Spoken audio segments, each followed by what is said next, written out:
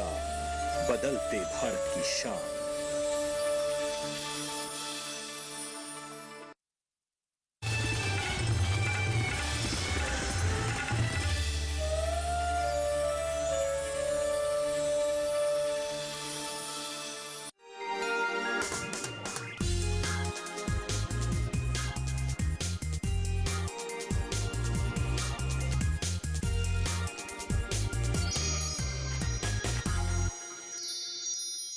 नमस्कार, मंडी.com में आपका स्वागत है। मैं हूं भुवन भास्कर।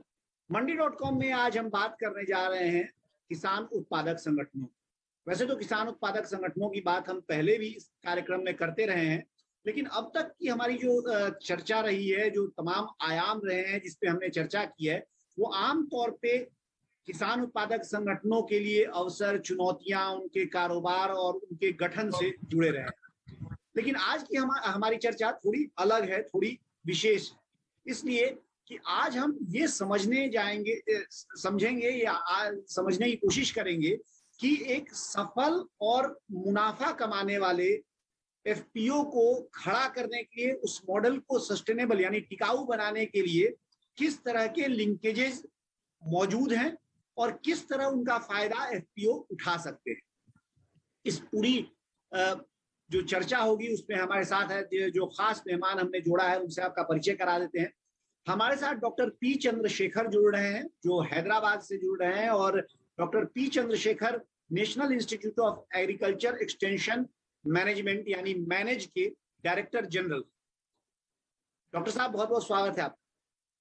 नमस्कार डॉक्टर चंद्रशेखर, बातचीत की शुरुआत हम यहीं से करते हैं। आपसे मैं चाहूंगा कि हमारे दर्शकों को एक ओवरव्यू आप दें, जैसा कि हम अभी बात कर रहे थे कि एफपीओ जो है या जिनको एफपीसी भी कहा जाता है उनका, क्योंकि वो एक प्राइवेट लिमिटेड कंपनी की तरह ही ये होते हैं और इनसे उम्मीद की जाती है कि ये अपना बिजनेस इस तरह से करें कि ये मुनाफा कमाएं और सेल्फ सस्टेनेबल हो। इनको कहीं ऊपर से फंड या अनुदान मिलता नहीं रह सकता है एक छोटी सी अवधि के बाद। लेकिन एक दूसरा पक्ष इसका ये भी है कि ये जो एफपीओ हैं, एफपीसी हैं, ये किसानों के द्वारा बनाए जाते हैं, जो किसान बहुत पढ़े लिखे नहीं होते हैं, या कहा जाए तो उनका मूल जो काम है वो खेती है। जबकि बिजनेस हमने देखा है कि बड़े बड़े दिग्गजों के लिए भी बहुत मुश्किल काम होता है। तो ऐसे में कैसे आप सलाह देंगे एफपीओज को कि कैसे वो अपना मॉडल ठीक करें, और कौन कौन से मेन ऐसे पॉइंट्स हैं जिन पर ध्यान देकर एफपीओ अपने कारोबार को वास्तव में मुनाफे में ला सकते हैं?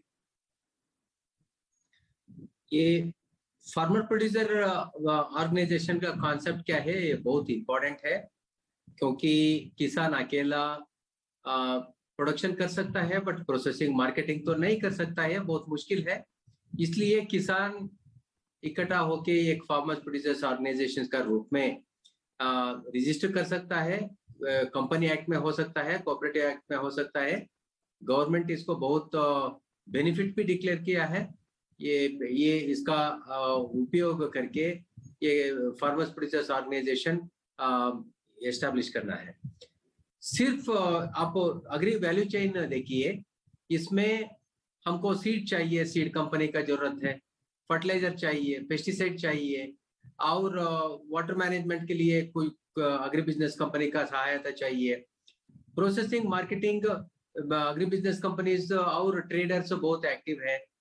सो हमको ज्यादा प्रॉफिट चाहिए तो हम इससे, ये ऑर्गेनाइजेशन से, इंडिविजुअल से अच्छी तरफ से पार्टनरशिप रखना, लिंकेजेस रखना बहुत जरूरी है।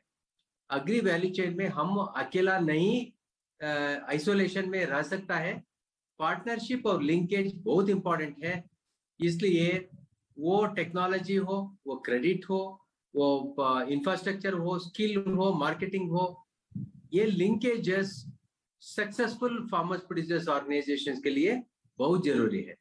जी, आपने कुछ लिंकेजेस के नाम भी गिनाए हैं, और ये जो बिंदु हैं इन पर हम विस्तार से अलग अलग आपसे बात करेंगे। डॉक्टर साहब, शुरुआत करते हैं जो बुनियादी ढांचा यानी जो इंफ्रास्ट्रक्चर है, जो जिस पर की एक तरह से जिसकी जरूरत किसानों को और एफपीओ को सोइंग के पहले से पड़ती है, और मार्केटिंग जब वो करने जाते हैं वहां तक पड़ती है। लेकिन इसका दूसरा पहलू ये है कि इंफ्रास्ट्रक्चर एक महंगा, एक खर्चीला कहा जाए कि अपने आप में एक बिजनेस है। तो यहाँ पे एफपीओज के सामने क्या क्या विकल्प, क्या क्या ऑप्शंस उपलब्ध हैं और कौन से लिंकेजेस से उनको इंफ्रास्ट्रक्चर में मदद मिल सकती है? फार्मर्स प्रोड्यूसर्स ऑर्गेनाइजेशन ये प्रोडक्शन तो कर सकता है, बट प्रॉफिट तो प्रोसेसिंग में है और मार्केटिंग में है। हमारा किसान प्रोसेसिंग मार्केटिंग में नहीं है, इसलिए फार्मर्स प्रोड्यूसर्स ऑर्गेनाइजेशंस का इन्वॉल्वमेंट ये प्रोसेसिंग एंड मार्केटिंग में होना बहुत जरूरी है। ये प्रोसेसिंग मार्केटिंग के लिए कुछ इंफ्रास्ट्रक्चर का जरूरत है। हमारा फार्मर्स प्रोड्यूसर्स ऑर्गेनाइजेशंस में ये मिनिमम इंफ्रास्ट्रक्चर ये इसका सॉर्टिंग हो सकता है, ग्रेडिंग हो सकता है, पैकिंग हो सकता है और इसका ड्राइंग भी हो सकता है। सो सिंपल इक्विपमेंट हो सकता है, नहीं तो प्राइमरी प्रोसेसिंग का एक यार्ड बन सकता है। इसके लिए गवर्नमेंट से एग्रीकल्चर इंफ्रास्ट्रक्चर फंड का घोषणा भी किया है और कृषि मंत्रालय के द्वारा इसका इम्प्लीमेंटेशन भी हो रहा है। एक फार्मर्स प्रोड्यूसर्स ऑर्गेनाइजेशन 2 करोड़ तक लोन ले सकता है। 10% फार्मर्स प्रोड्यूसर्स ऑर्गेनाइजेशन कंट्रीब्यूट करना है, 90% गवर्नमेंट से मिलता है। ये सदुपयोग करके हमने सोलर ड्रायर्स को एस्टैब्लिश कर सकता है, cold storage, warehouses, primary processing unit, इसमें ग्रेडिंग, सॉर्टिंग, बैगिंग सब कुछ कर सकता है। फिलहाल वक्त हो गया एक छोटे से ब्रेक का। ब्रेक से लौटने के बाद कुछ और बहुत ही महत्वपूर्ण लिंकेजेस की हम बात करेंगे, जिनमें सबसे महत्वपूर्ण मार्केट लिंकेज है और हम जानेंगे डॉक्टर टी चंद्रशेखर से कि मार्केट लिंकेज के लिए एफपीओज के पास क्या विकल्प है। बने रहिए हमारे साथ, देखते रहिए मंडी डॉट। एक बार फिर स्वागत है आपका मंडी.com में। हम बात कर रहे हैं आज एक सफल एफपीओ का मॉडल तैयार करने के लिए उन्हें कौन कौन से लिंकेज प्रोवाइड कराने, उपलब्ध कराने की जरूरत होती है और कैसे वो इन लिंकेजेस से अपने को जोड़ सकते हैं, कैसे उनका फायदा उठा सकते हैं, सरकार की ओर से कौन कौन सी सहूलियतें उनको हासिल हुई हैं। इस बारे में हमारे साथ बातचीत कर रहे हैं आज हैदराबाद से national institute of agriculture extension management यानी मैनेज के महानिदेशक डॉक्टर टी चंद्रशेखर। डॉक्टर साहब, आपने बताया पिछले हिस्से में कार्यक्रम के कि प्रोसेसिंग और मार्केटिंग ये 2 बहुत महत्वपूर्ण चीजें हैं जिससे कि वास्तव में एफपीओज और किसान अपना मुनाफा बढ़ा सकते हैं। तो मार्केटिंग के लिए जो लिंकेजेस हैं वो कैसे तैयार करेंगे एफपीओज और उसके लिए उनको क्या सहूलियत दी गई है सरकार की ओर से और सिस्टम की ओर से? लोकल प्रोडक्शन, लोकल मार्केटिंग, इसका फायदा हम उठा सकता है। हमारे आसपास छोटा छोटा टाउन्स होता है, इसमें बहुत रेस्टोरेंट्स तो है, फंक्शन हॉल्स है, गेटेड कम्युनिटीज होता है, रेजिडेंशियल कॉलोनीज होता है। इसके लिए कॉन्स्टेंटली साल भर एग्रीकल्चर कमोडिटी का जरूरत तो पड़ता है, बट इसका अभी कुछ ट्रेडर्स ने किसान से कलेक्ट करके ये कॉलोनीज को, रेजिडेंशियल एरियाज को सेल करके प्रॉफिट तो बनाता है। फार्मर्स प्रोड्यूसर्स ऑर्गेनाइजेशन एक बार कोशिश कर से ये सभी से नेगोशिएट करके, रेस्टोरेंट हो, फंक्शन हॉल्स हो, रेजिडेंशियल एरियाज हो, लोकल प्रोडक्शन को लोकल मार्केट से लिंक करने से ओवरहेड कॉस्ट ज्यादा नहीं होगा, वेस्टेज ज्यादा नहीं होगा और सारा प्रॉफिट हमारा किसान को मिलेगा। एक बार तो कोशिश करना पड़ेगा। और दूसरा बात है, नियर बाई टाउन में हमारा एग्रीकल्चर प्रोड्यूस मार्केटिंग कमिटीज का ये सेल पॉइंट होता, बाइंग पॉइंट होता है। इसमें अभी आपको मालूम है इलेक्ट्रॉनिक नेशनल एग्रीकल्चर मार्केट भी है। इसको लेने के लिए किस मार्केट में क्या रेट है, ये हम हमारा अगमार्कनेट एक वेबसाइट है, नहीं तो किसान कॉल सेंटर को फोन करके हम पूछ सकता है नियर बाई किस मार्केट में क्या कमोडिटीज का प्राइसेस है। 1551 इसको फोन करके आपको इसका कमोडिटी का प्राइस और किस मार्केट इसका बारे में पता लग सकता है और ये कमोडिटी उधर सेल कर सकता है। नहीं तो अगमार्कनेट में हमारा 50 किलोमीटर 100 किलोमीटर आसपास में किस मार्केट में अच्छा प्राइस है वो अगमार्कनेट में हमको इंफॉर्मेशन मिलेगा। मोबाइल बेस्ड ऐप भी है और हम उधर कमोडिटी लेके सेल भी कर सकता है। कमोडिटी कैसा लेना ये क्वेश्चन भी हमारा फार्मर्स प्रोड्यूसर्स ऑर्गेनाइजेशन को फेस कर सकता है। क्योंकि हमको लारी चाहिए, नहीं तो कुछ छोटा ट्रक चाहिए। गवर्नमेंट ऑफ इंडिया ने किसान रथ बोल के एक मोबाइल बेस्ड ऐप लॉन्च किया है। जी किसान रथ में हमारा किसान हमारा उबर ओला से हम टैक्सी कैसा बुलाता है, ऐसा एक ट्रक को बुला के हमको 1 टन ट्रांसपोर्ट करना है, सो इसका साइज देके हम ट्रक को बुला सकता है और इसका ट्रांसपोर्ट भी कर सकता है। जी, मार्केटिंग लिंकेज से कैसे किसान अपना फायदा उठा सकते हैं, ये डॉक्टर साहब आपने बताया, लेकिन साथ ही एक जो पिछले हिस्से में जब हम बात कर रहे थे तो आपने कुछ क्रेडिट गारंटीज की भी बात कही थी, कुछ आपने ब्याज दरों में इंटरेस्ट रेट में छूट की भी बात कही थी, सबवेंशंस की बात कही थी। इसी को आगे बढ़ाते हुए अगर आपसे मैं समझना चाहूँ कि कुल मिलाकर, क्योंकि मैंने देखा है एफपीओज के साथ फंडिंग हमेशा एक समस्या रहती है, उनके जो बिजनेस के की योजनाएं तो वो बना लेते हैं, लेकिन उसके लिए फाइनेंसिंग उनको नहीं मिल पाती है पर्याप्त। तो फाइनेंसिंग के लिए क्या क्या लिंकेजेज उपलब्ध हैं उनके पास और उनका फायदा वो कैसे उठा सकते हैं?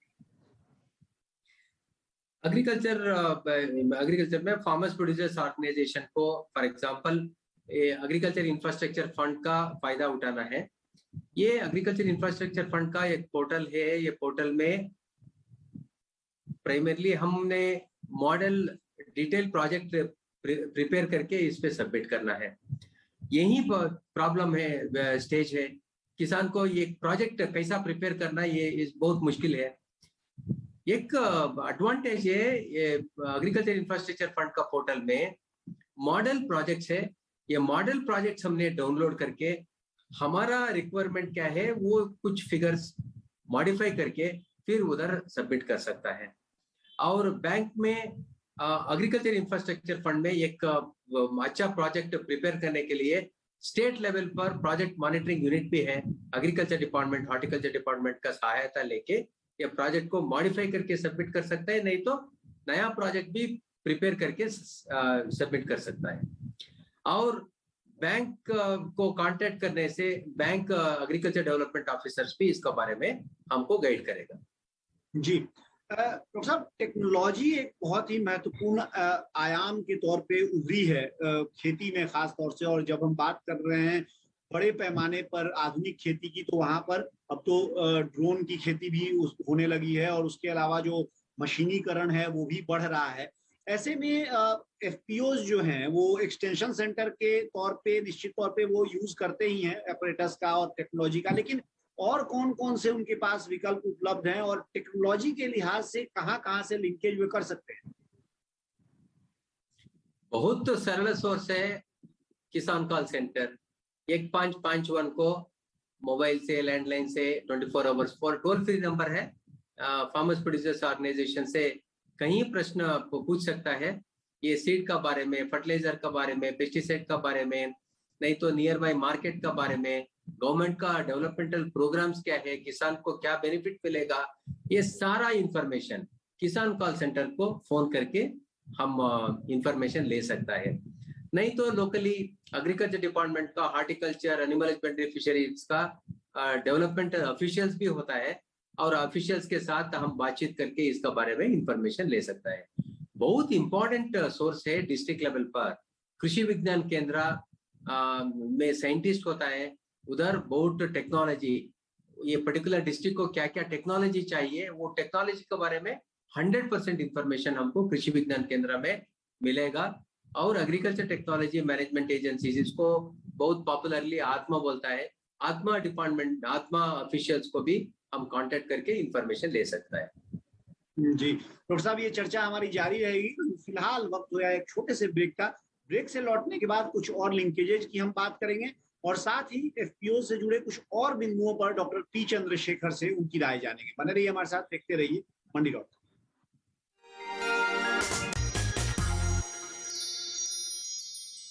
एक बार फिर स्वागत है आपका मंडी.com में। और मंडी.com में आज हम बात कर रहे हैं एक मुनाफा कमाने लायक एफपीओ का टिकाऊ ढांचा यानी सस्टेनेबल मॉडल तैयार करने के लिए उनको कौन कौन से लिंकेजेस की जरूरत होती है, कौन कौन सी संस्थाएं हैं या कौन कौन सी ऐसी व्यवस्था तंत्र है जिससे कि वो जुड़ सकते हैं और वहां से उनको यथेष्ट मदद मिल सकती है। हमारे साथ इस चर्चा में आज शामिल हुए हैं national institute of agriculture extension management यानी मैनेज के director general doctor P Chandrashekhar, जो हैदराबाद से हमारे साथ जुड़े हैं। डॉक्टर चंद्रशेखर, स्किल डेवलपमेंट एक ऐसा विषय है जिस पर वैसे भी भारत सरकार ने बहुत जोर दिया हुआ है और तमाम सेक्टर्स में स्किल डेवलपमेंट को उभारा जा रहा है। खेती की अगर बात करें तो खेती में और खास तौर से एफपीओज में, क्योंकि एफपीओज का मैनेजमेंट जो है वो वैसे तो किसान संभालते हैं, लेकिन इसमें जरूरत एक स्किल की होती है जिसके पास मैनेजरियल स्किल्स हों।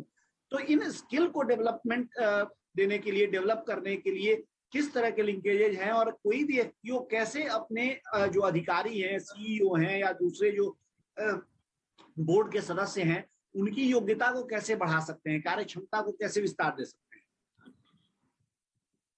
ये बहुत इम्पोर्टेंट क्वेश्चन है। किसान के लिए प्रोसेसिंग और मार्केटिंग एक्टिविटीज में क्या क्या स्किल चाहिए, ये स्किल हमारा बहुत किसान के पास नहीं है। ये स्किल ट्रेनिंग का जरूरत बहुत है। ये हर एक्टिविटी के लिए एक स्किल चाहिए। फॉर एग्जांपल ड्रेइंग करने के लिए, सॉर्टिंग ग्रेडिंग करने के लिए, और हमारा एग्रीकल्चर कमोडिटीज को हैंडलिंग करने में ये स्किल का जरूरत है। हैंडलिंग में डैमेजेस भी बहुत होता है, ट्रांसपोर्टेशन भी बहुत केयरफुली करना पड़ेगा, और स्टोरेज में टेक्निकल इंफॉर्मेशन और ऑपरेटर्स को कैसा मैनेज करना है, इसके बारे में स्किल का जानकारी तो होना ही होना है। एग्रीकल्चर टेक्नोलॉजी मैनेजमेंट एजेंसी आत्मा के अंतर्गत बहुत ट्रेनिंग प्रोग्राम आत्मा ने करता है। ये इसका सदुपयोग हमारा फार्मर्स प्रोड्यूसर्स ऑर्गेनाइजेशन ले सकता है। एग्रीकल्चर डिपार्टमेंट हो, हॉर्टिकल्चर डिपार्टमेंट हो, डिस्ट्रिक्ट फार्मर्स ट्रेनिंग सेंटर में भी बहुत ट्रेनिंग चलाता है और हम उधर भी ट्रेनिंग ले सकता है। कृषि विज्ञान केंद्र में ये प्रोसेसिंग का बारे में और market related information, skill training, income generating activities, दूसरा भी ये कृषि के अलावा दूसरा इनकम जनरेटिंग एक्टिविटीज है, तो इसका बारे में भी कृषि विज्ञान केंद्र में बहुत ट्रेनिंग देता है। इसका सदुपयोग ले सकता है। भारत सरकार ने एक वीक का एक ट्रेनिंग प्रोग्राम अनाउंस किया है, skill training for rural youth, STRY बोल के। इसका अंतर्गत ये सारा ट्रेनिंग प्रोग्राम फ्री होता है और एक छोटा छोटा एक्टिविटीज, स्प्रेइंग कैसा करना है और ड्रेइंग कैसा करना है, नहीं तो पैकिंग, अच्छा पैकिंग कैसा करना है विदाउट डैमेजेस, ये एक एक एक्टिविटीज के ऊपर ये छोटा छोटा ट्रेनिंग ले सकता है STRY के अंतर्गत। जी डॉक्टर साहब, ये तो सब खेती की बात हो गई, लेकिन सरकार ने लगातार इस बात पर जोर भी दिया है, स्वीकार भी इस बात को किया है कि जब किसानों की आमदनी बढ़ाने की बात होती है तो खेती के साथ जो खेती आधारित दूसरे काम है, जो एलाइड सर्विसेज हैं, जिसका आपने जिक्र भी अभी किया था, जो चाहे वो फिशरीज हो, पोल्ट्री हो और इससे जुड़े दूसरे जो क्षेत्र हैं, उनका भी अपना एक महत्व है। तो अगर कोई FPO अपने किसानों को इस क्षेत्र में भी मदद करना चाहे या इस क्षेत्र के किसानों का कोई FPO हो, तो उनके लिए कौन कौन से लिंकेजेज उपलब्ध हैं और वो किस तरह से उनका फायदा उठा सकते हैं? फार्मर्स प्रोड्यूसर्स ऑर्गेनाइजेशन एग्रीकल्चर के अलावा एक डेयरी बनाना चाहता है, इससे एडिशनल इनकम किसान के हाथ में आ जाता है, और एक पोल्ट्री बनाना चाहता है, नहीं तो हमारा बी कीपिंग है, मधुमक्खी, इसका पालन भी कर सकता है। इसके लिए मधुमक्खी पालन के लिए नेशनल बी कीपिंग और हनी मिशन, ये 500 करोड़ का एक बड़ा प्रोग्राम गवर्नमेंट ने अनाउंस किया है। हम इसका पालन के लिए टेक्निकल ट्रेनिंग चाहिए, पालन के लिए उसका बॉक्स का लेना है, नहीं तो processing, small processing unit establish करना है। हर पर्पस के लिए national beekeeping and honey mission के अंतर्गत फार्मर्स प्रोड्यूसर्स ऑर्गेनाइजेशन को बहुत बेनिफिट भी मिलता है, और इसका क्वालिटी कंट्रोल हो, नहीं तो एक्सपोर्ट की ब्रांडिंग, एक्सपोर्टिंग करने के लिए भी बहुत सहायता का घोषणा किया है। ऐसे में आपको ऑनलाइन एग्री मार्केटिंग का किस तरह का स्कोप दिखता है, और इसके लिहाज से आपको क्या लगता है किसानों को कहां से एक एक्सटेंशन सर्विसेज भी मिल सकती हैं प्रभावी तरीके से, और कौन से लिंकेजेज उनके लिए हो सकते हैं? अभी बहुत बड़ा एग्री बिजनेस कंपनीज सेल करने के लिए किसान से ही भी कलेक्ट करना पड़ेगा, और ऐसा एग्री बिजनेस कंपनी से थोड़ा लिंकेज बढ़ने से किसान का अच्छा क्वालिटी प्रोसेसिंग करने के लिए, रेडी रखने के लिए थोड़ा प्रोसेसिंग मिनिमम इंफ्रास्ट्रक्चर तो डेवलप करना पड़ेगा और मिनिमम स्किल का जरूरत भी है। ये दोनों लेने से farmers producers organisations directly agri business retail companies को सेल कर सकता है और ये मिडलमैन को काट करके थोड़ा प्रॉफिट बढ़ा सकता है। और फार्मर्स प्रोड्यूसर्स ऑर्गेनाइजेशन ऑनलाइन पर भी बहुत एक्टिव है। एक मोबाइल बेस्ड ऐप अभी डेवलप करने में इतना मुश्किल का बात तो नहीं है, टेक्नोलॉजी तो अवेलेबल है। इसका फायदा बहुत बड़ा बड़ा फार्मर्स प्रोड्यूसर्स ऑर्गेनाइजेशन इसको लेके टेक्नोलॉजिस्ट का सहायता लेके मोबाइल बेस्ड ऐप पे वो बहुत सेल भी कर रहा है। हमारा अभिनव फार्मर्स क्लब ये पुणे में है और Sahyadri farmers producers organisation Nashik में है और इसका सदुपयोग बहुत करके कंज्यूमर्स को डायरेक्टली वो डिलीवरी भी कर रहा है। डॉक्टर चंद्रशेखर, बहुत बहुत आपका धन्यवाद। आपने हमारे साथ कार्यक्रम में हिस्सा लिया और ये तमाम बातें हमारे दर्शकों से साझा की। नमस्कार, थैंक यू। ये थे डॉक्टर पी चंद्रशेखर जो आज मंडी.com में हमसे बात कर रहे थे उन तमाम लिंकेजेज के बारे में जो एफपीओज के लिए बहुत ही लाभदायक हो सकते हैं और जिनका सही तरीके से इस्तेमाल कर कोई भी एफपीओ एक बहुत ही सफल मॉडल अपना एक विकसित कर सकता है जिसमें उसको मुनाफा भी काफी सारा हो और वो अपने जो किसान सदस्य हैं उनको उस मुनाफे को बेहतर तरीके से ट्रांसफर कर सके। लेकिन फिलहाल अब मंडी.com में आज इतना ही। मुझे दीजिए इजाजत। बने रहिए हमारे साथ, देखते रहिए डीडी किसान, क्योंकि डीडी किसान पर खबरों और कार्यक्रमों का सिलसिला जारी। आपकी राय हमारे लिए बहुत महत्वपूर्ण है। आप हमारे टोल फ्री नंबर पर कॉल कर सकते हैं और अपनी राय दे सकते हैं। साथ ही आप ईमेल के जरिए भी हमें अपनी राय दे सकते हैं। हमारा ईमेल पता है ncdexmandi@gmail.com।